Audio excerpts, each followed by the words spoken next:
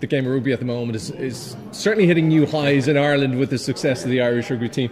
Have you been that impressed with them this year in the Six Nations, and what are your thoughts about as we head into the World Cup, which is always a bit of a tricky subject when we talk about previous World Cups with Ireland, but it seems like now they might be just coming together at the right time.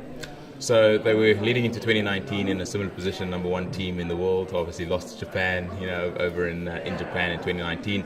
But you almost feel like, given the success of Leinster in the Heineken Champions Cup, as well as what the Irish were able to experience from a Grand Slam perspective earlier this year, there is a core strength that Andy Farrell, is lamenting in terms of what they want to achieve as a team, progressing past the quarterfinals and hopefully getting their hands on silverware that they haven't achieved previously. So, to me, Rugby World Cup 2023 is probably going to be the most toughest Rugby World Cup to win. You have three of the top five teams currently in the world not progressing through to a semi-final, which is pretty daunting. You have New Zealand and France playing against each other. You have South Africa, Ireland playing against each other in the pool stage. Those four meeting in a quarter-final stage as well. So it's going to be absolute stunner over in France and Paris, for that final, I think on the 28th of October. But for this Irish team under Owen Farrell, the likes of Johnny Sexton coming back from injury, you do believe this is sort of their moment to grab glory. And listen, just have to ask about your own then as well. I think Sia Khaleesi is a major doubt now at this stage. And also as well, who else do you think, the All Blacks we see a resurgence from them, Australia, France obviously looking quite good too?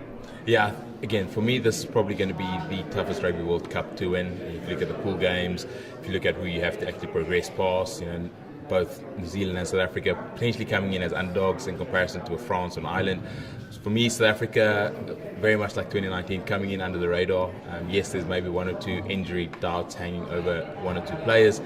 But that being said, I think what Jacques Nienaber has done in terms of exploring a very much wider community of players over the last 4 years and building a base from players which he can select, players that have been doing exceptionally well, both locally for the URC in South Africa, and some have now had European, championship tastes, with Heineken Champions Cup over the last year. So that hopefully bodes well. Coming in under the radar as a South African is never a bad thing. I don't think we've gone into any rugby tournament as a favourite. So I'll definitely, be wearing, my South African heart on my sleeve, hoping that the boys can go out and do it. It's going to be tough, no matter what they have to go through, because Ireland and France definitely leading the way globally at the moment.